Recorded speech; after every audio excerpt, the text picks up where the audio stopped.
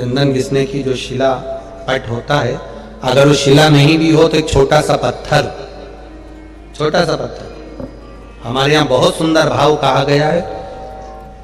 मान लो शिला नहीं भी है, छोटा सा चंदन का टुकड़ा यदि तुम्हारे घर में है और तुम रोज प्रतिदिन, मान लो घर में घिसा हुआ डब्बी का भी चंदन है, तो भी घर की बहू, बेटी, बेटा, परिवार का कोई सदस्य घर के अंदर चंदन के उस पत्थर पर चंदन को अगर 7 बार, 5 बार, 4 बार या उसको 2-4 बार रगड़ देता है,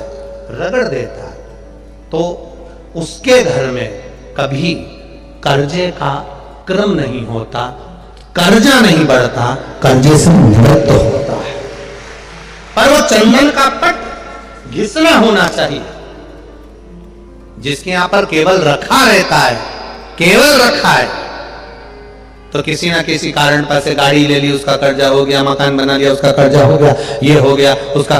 उस चंदन के पट पर पानी डलना जरूरी है, भले 2 बूंद डले और एक बार ही उसमें रगड़ा लगे, तो वो कर्जे को मुक्त करता, वो कर्जे को समाप्त करता। और उस पे लगा हुआ चंदन का थोड़ा सा भाग, घर में अगर शिवालय हो, घर में शंकर जी का शिवलिंग हो, उस पे लगा दो। और अगर नहीं हो तो उसी चंदन को जब आप किसी कलश में जल लेकर जाओ, उसी कलश पर लगाकर चंदन को लेकर जाओ और शिव जी को समर्पित कर आओ। चंदन लगने से ही कर्जे की मुक्ति होती है, कर्जा समाप्त होता है, वो कर्जा रहता नहीं। अब चंदन की जो शिला होती है, चंदन की जो शिला थी, अम्बा ने उस चंदन की शिला को घिसना प्रारंभ करा।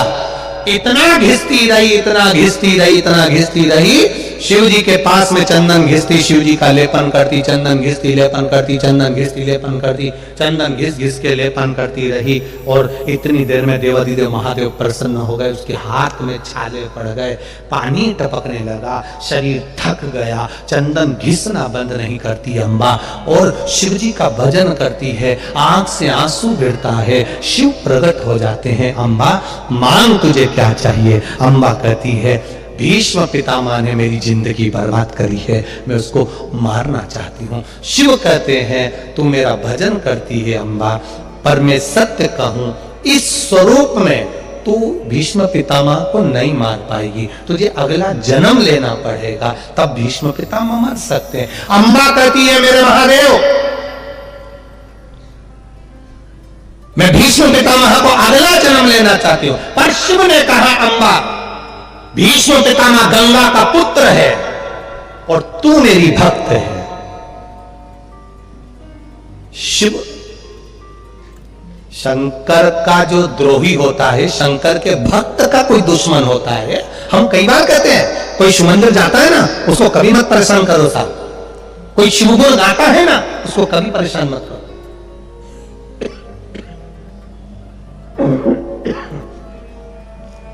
कोई शिवगुण गाने वाला, कोई शिव कथा गाने वाला, कोई शिव का भजन करने वाला, कोई शिव मंदिर जाने वाला, कोई शंकर के आनंद में डूबने वाला, उसको कभी ताना मत दो, कभी उसके लिए अपशब्द मत बोलो, कभी उसको गाली मत दो, कभी उसके लिए आड़ा टेढ़ा मत करो, नहीं तो एक ना एक दिन तुम्हें रोना तो पड़ेगा, निश्चित है।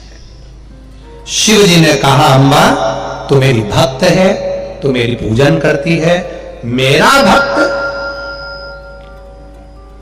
बदला लेने जाए मुझे अच्छा नहीं लगेगा। अम्बा कहती है, तो फिर भीष्म पितामह कैसे मरेगा? भगवान ने कहा, तुझे बदला लेने की जरूरत नहीं पड़ेगी, तू तो केवल सामने जाकर खड़ी हो जाएगी और भीष्म पितामह मर जाएगा। ये शिव है, अपने भक्त को कभी नहीं कहता कि तू बदला लेना। अगर शिव भक्त को किसी ने गाली दी है तो शिव भक्त से निवेदन है, पलट कर जवाब मत देना, तू गाली मत देना। कोई ने तुझे अपशब्द कहा है, तू अपशब्द मत कहना। किसी ने तुझे ताना दिया है, तू ताना मत देना। किसी ने तुझे गालियां दी है, तू पलट कर गाली मत देना। आपको हमारी वीडियोस पसंद आए तो चैनल को सब्सक्राइब करें और वीडियोस को शेयर अवश्य करें। Thanks for watching.